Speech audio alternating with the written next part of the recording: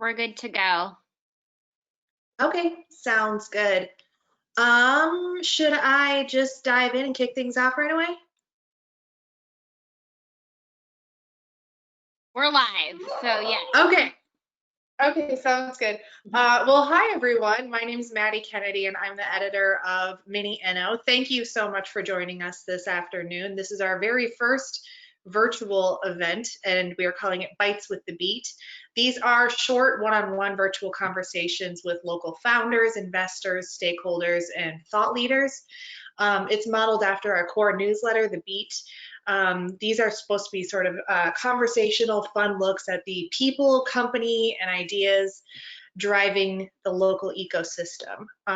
And a couple of weeks ago, we published a story discussing the opportunities and disparities and the unique challenges faced by founders of color here in the Twin Cities and everywhere. So this afternoon, we're very lucky to be joined by Dionne Gumbs from GenEQTY, and we will be having a little discussion today sort of about some of the things addressed in the story, as well as maybe a few topics that we didn't quite get to touch on. So thank you so much for joining us today. I'm really excited that you're here. Absolutely, thank you. And I feel just very, very gracious that I was chosen to be the first out of all of the others, or maybe just the first to respond. But thank you. I'm really just very much looking forward to a great conversation. Sure, yeah. No, the absolute top choice, but hands down. But you anyway, say that to all the founders. No, that's not possible. This is my first virtual event. But why don't you tell us a little bit about yourself and GenEQTY and what you're doing with that? Yeah, so of course, Dionne, and thank you so much for putting this together and for the story a few weeks ago. But so Dionne Gumbs, been part of the Twin Cities and calling it home for about 3 years now, originally from the Northeast. So, you're just general regular Brooklyn girl, plopped into the Midwest.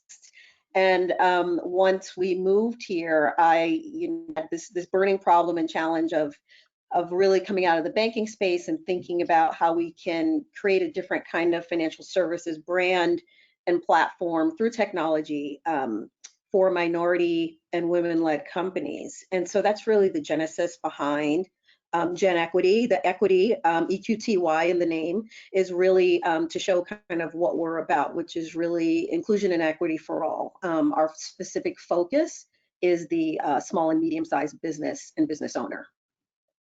Okay, great.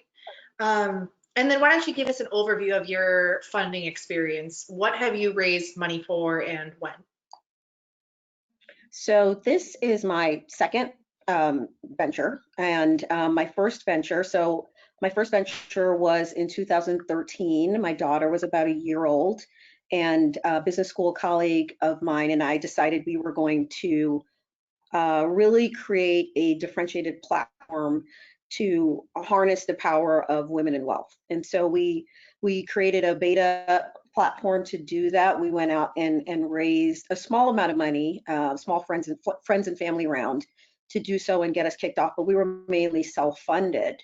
And we found that, along the way, the difficulties, so, 2 women, highly educated, both business degrees from top 10 universities, both, careers in banking, both top performers in our own right, and we still had a very difficult time raising money. And we ultimately, decided that, we're running out of cash and kind of folded the company. So that was my first foray into actually direct fundraising for a business. Mm-hmm. Along the way with GenEQTY, last year was my first time trying to do that in the Twin Cities. So I know we're going to touch on that a bit in some detail. So I'll leave the juiciness out for now. But Okay. I'm currently in the process of building the next phase of GenEQTY, and we'll resume fundraising probably in about 3 months or so. Okay, got it. So yes, you touched on this a little bit, but what have been some of the major challenges in your fundraising journey? Yeah, I mean, where does one begin? I think you know, when you are going through this process of deciding you're going to start a company and build something, you know, kudos to all business owners and entrepreneurs that decide to take that leap, because you have your own doubt that creeps in along the way, and then you have to deal with the external doubt that inevitably comes in.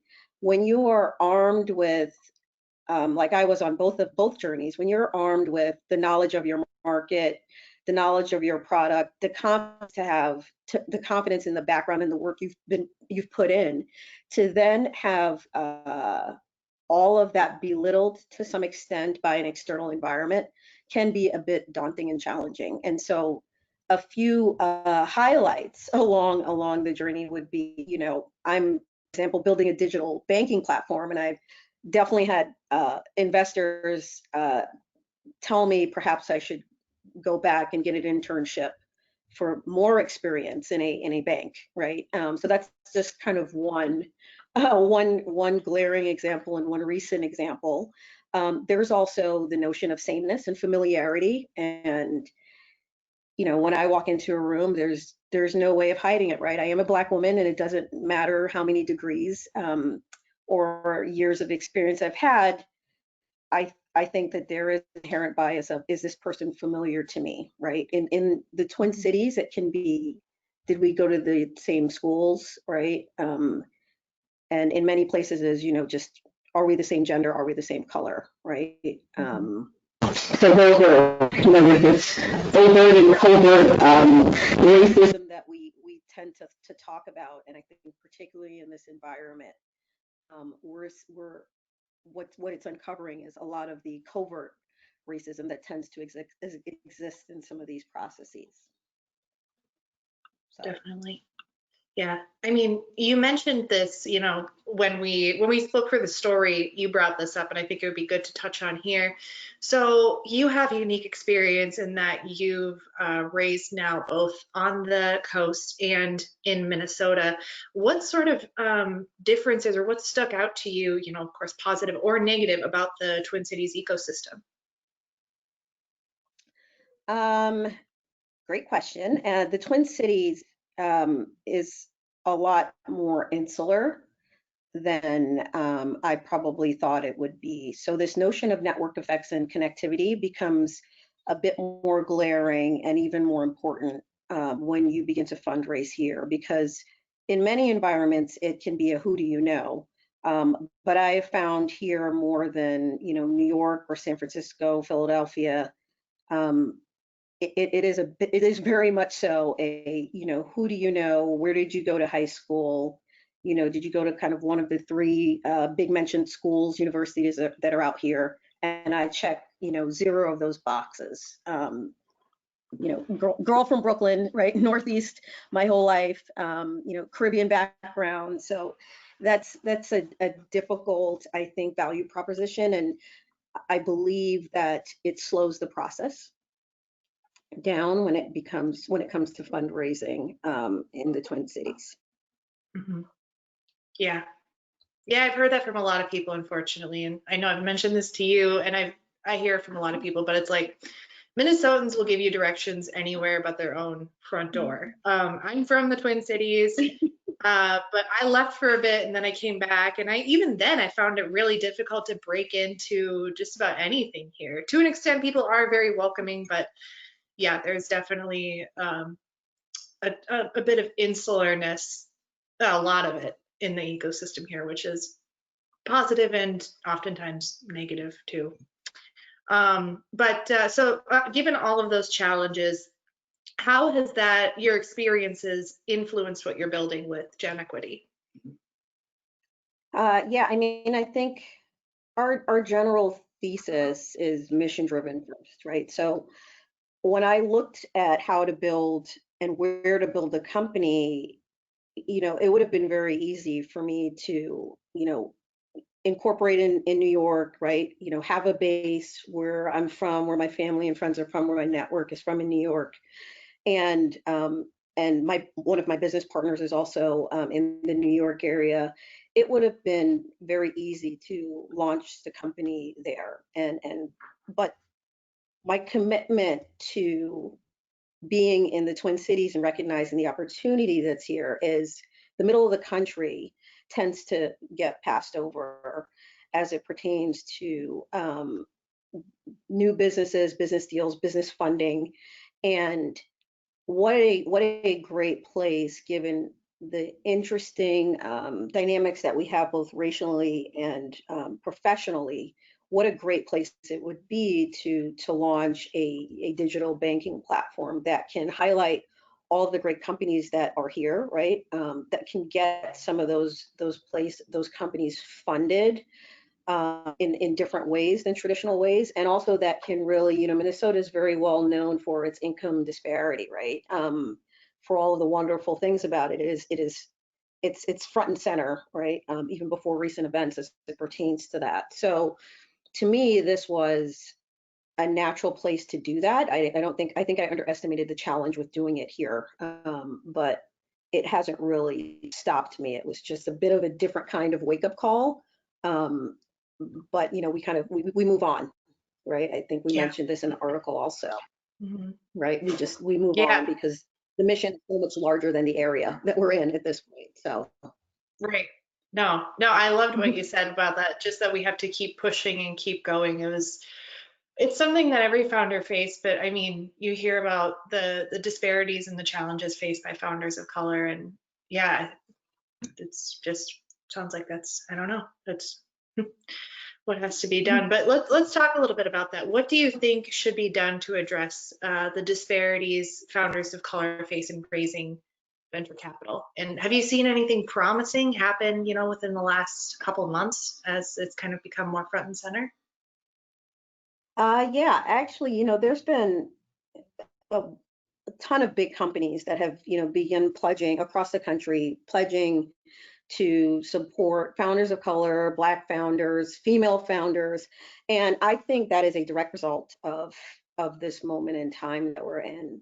And, for example, SoftBank, came right out and in a matter of a few days, put together $100 million fund to directly support, um, Black founders. And that's the type of stake in the ground that you need to see venture capital companies do, as well as angel investors.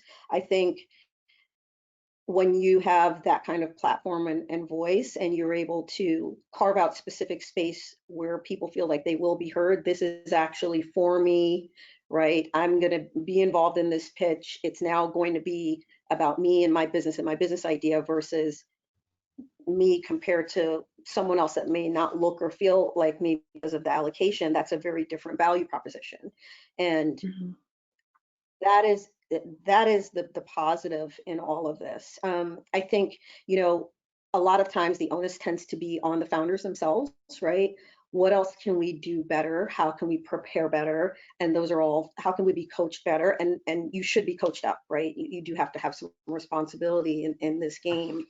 But the other side of that, what lens do VCs and other angels need to have when they are talking to founders that they typically will not see, or learning about businesses presented by founders that they typically would not see? So it really becomes a two-way street of intersectionality, right? In terms of how we can all get to this point of equity and parity.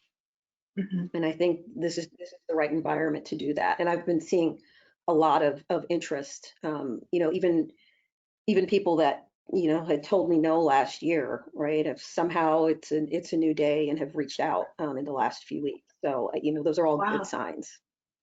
Yeah. that's incredible. I mean, when they have reached out, why do you think? I mean, obviously, what you're doing with GenEQTY is really cool, really interesting. Um, yeah, that's really awesome to hear that there's been a renewed sort of support in the last few weeks. So when it comes to maybe venture capital, like you said, there needs to be, it's a two-way street. What do you think, you've seen a lot of venture capitalists like carving out time, in their schedule just with founders of color, or having a dedicated fund to support founders of color. Do you think, that there's, what would you advise, or what do you hope to see from firms and angel investors to sort of carve out space for more people? Yeah, I think the conversation is great and welcoming. I want to see dollars put to work, right? I don't want to see, yeah, I don't want to see just the pledges in the news and the media. I think it's wonderful, but I want to look up in 18 months and say, have we really moved the needle? Has that, 2% jumped to 10%, just given the amount of companies that are out there, and how can we begin to measure that, right? So I love the energy around this, but I'm very outcomes based person, so I'm looking for outcomes and accountability throughout this process, and how can we just think of these a little bit more as assets, right? Like these are overlooked assets. These aren't people that have no idea how to wade their way through life, right? But this notion of access is access to capital as well as access to resource, and some of that resource is person and network. So I'm looking at this from multiple angles, pushing founders along in different phases of their business life cycle, as well as pushing businesses along that don't have a dream of being the next Facebook, but they want to build a nice, decent sized business and company, and where can they go? So there's the notion of funding is really multidimensional, and the notion of getting people of color and underserved founders through the pipeline, the opportunity is just so big. So right, I'm looking for action and accountability in the next few years, but I think we're at a really good place right now. Yeah, definitely. So I'm interested. So obviously you've done a lot of work, yourself trying to help early stage companies, get the resources, the mentorship that they need through Lunar Startups. So do you want to tell us a little bit about what you've been doing with Lunar Startups, and maybe shout out a few businesses that you've been working with that you think people should know about? Oh, Lunar is, oh my gosh. First of all, I will implore everyone to go and take a look at Lunar. Okay.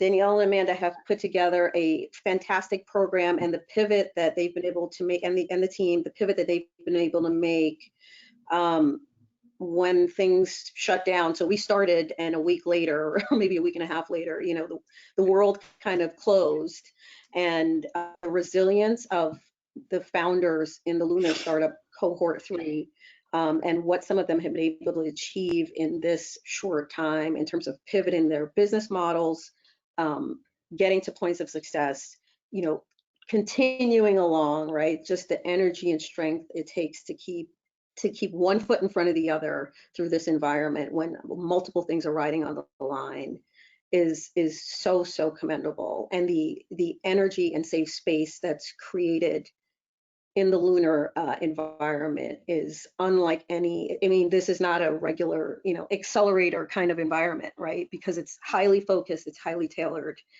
and some of the issues are so unique to, the people in the cohort, right? LGBTQ, the BIPOC community, and it is a really safe space for growth and acceleration, and kudos to all of the experts and residents also, and the Lunar experts and the team who've continued to uphold and support this mission, because it is truly fabulous. So there are too many companies to shout out. I won't choose one, but I will implore everyone to really go and check out the startups that are coming out of Lunar and all the wonderful things they're doing. Definitely. I should have led the question with this, but for those that aren't familiar with Lunar Startups, could you give us like 1 to 2 sentences on their mission and what they're trying to accomplish? Yeah, so Lunar is, focused on underrepresented founders and entrepreneurs in the Twin Cities. And so the general mission is a cohort of, I think this is cohort 3. So this is the largest cohort with about, I think there are about 15 companies in this cohort. And the general mission is, experts will come in, they have access to resources, legal, financial, and a really safe space to build, grow, and scale over a 12-month program. And it's highly tailored and focused. The difference is on underrepresented founders.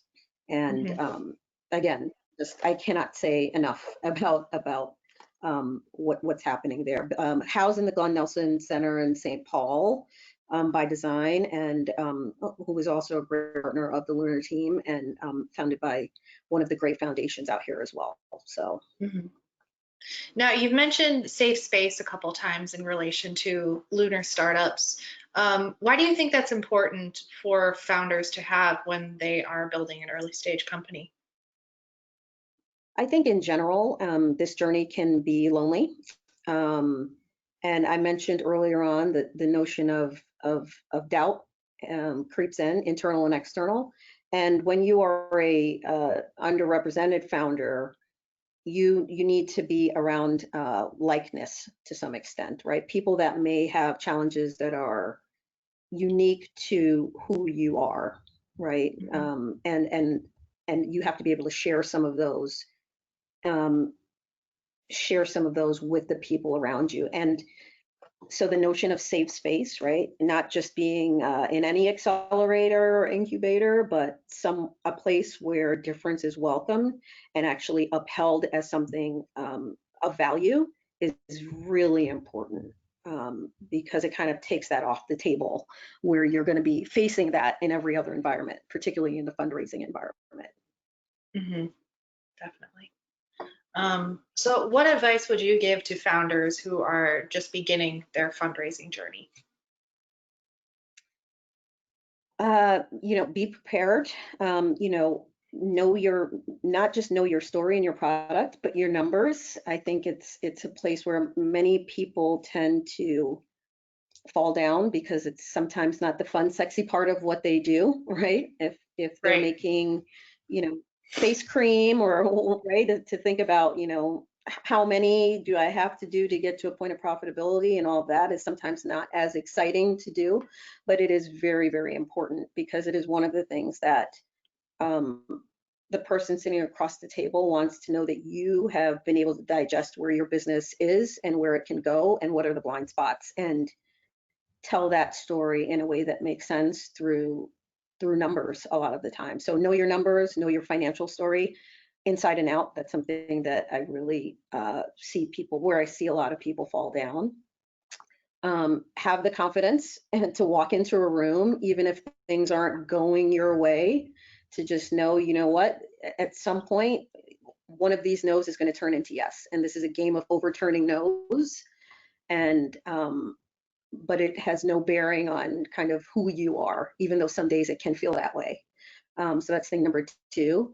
Thing number 3 is, cry when you need to, emotion when you need to, right? Take a pause when you need to. Never in the room with the person, of course, but take that moment to just be human about this, because you are your company to some extent, and your company then becomes you to some extent. And I think thing number 4 for me, which, self-care, which is something we always talk about. Many of us have kids, young kids. This is a time where they are demanding a different kind of thing from us. We can't share that with the wonderful caregivers and teachers that we were able to do so before. And take time out for yourself so that you can really adequately pass some of that great energy on to the people that are ultimately there and surround and support you, and learn from them, right? Learn from other founders. Be just a student of the world that you're in. If you are if you're in education and you're in an ed tech company and startup, just understand where the industry is going. Be passionate about it. It's the thing that will draw people to you. The more you fall in love with your company and your space, the more people, it's infectious, right? People will inherently at some point fall in love with you and your business as well. So, keep going.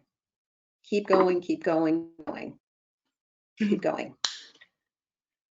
Yep, that's It sounds like that's what it takes. And finally, speaking of keeping going, why don't you tell us, we have a few minutes left, what's keeping you busy this summer with GenEQTY? And you mentioned, maybe a next phase within the next few months. What can you tell people about what you're working on right now? Yeah, great. Well, thank you. I'm always happy to talk about GenEQTY. So, but it has been such a wild ride. I mean, if you told me, a few months ago that I'd be able to, sign on, some major lenders, build out the technology component of our platform, all on the backdrop of, a pandemic and homeschooling and a 2-year-old. I mean, I would have said you're absolutely insane, but these stories aren't unique. But what we've been able to accomplish in this time, I think, speaks to just the true resilience of being a founder, right? That is fully focused on realizing their vision and mission. Some days you don't know how it's going to happen, but you just know that it is happening. And for us, our lending platform officially launches in a few weeks, which is just, I still don't even know, but we've been able to get it done and coordinate across the country with great developers and things, and it's fantastic. So we'll have our formal launch, we'll have our marketing campaign. We invite all business owners that are just interested in learning about how their banking experience can be different to sign up and check us out. And we want to hear from founders and companies and small businesses about their journey, because we want to be able to tell those stories and amplify that community specifically. And with it, of course, inherent focus on minority and women-led companies. That's our primary mission. So a lot happening, but all wonderful, good things. And again, right, never thought I'd be able to come out of this, with something this tangible. But again, it's just all so exciting. So good stuff. Good. It sounds like a great way to end it. Any last words of wisdom or thoughts you'd like to share with us here today? No, you know what? Thank you to the team. I think in general, my tenet is always believe in yourself first, right? Have faith that what the energy you're putting out in the universe is going to come back 3, 4, 5, 10-fold. And the bad days will happen, and that's okay. But relish in the good days, because they will be the ones that you remember. The blips are just being just that. So keep moving and keep pivoting, particularly in this environment. But we need you, right? We need businesses, we need founders of color. So I just encourage everyone to push on, and encourage the Twin Cities investment community to continue to take a look at old practices and build on some new ones to make space for founders like myself. Beautiful. Awesome. Dionne, thank you so much for joining us today and sharing your experiences. We really appreciate it. And for everyone attending right now, thank you for joining our very first virtual event series, Bytes with the Beat. Look forward to more of those down the road. And if you like what you hear today, be sure to sign up for our newsletter, The Beat. You can go to our website, minneinno.com, MINNEINNO. And yeah, that's what we've got. Thank you again to Dionne, and have a great rest of your day, everyone. Thanks for joining us. Wonderful. Thank you. Bye-bye. All right. Bye, everyone.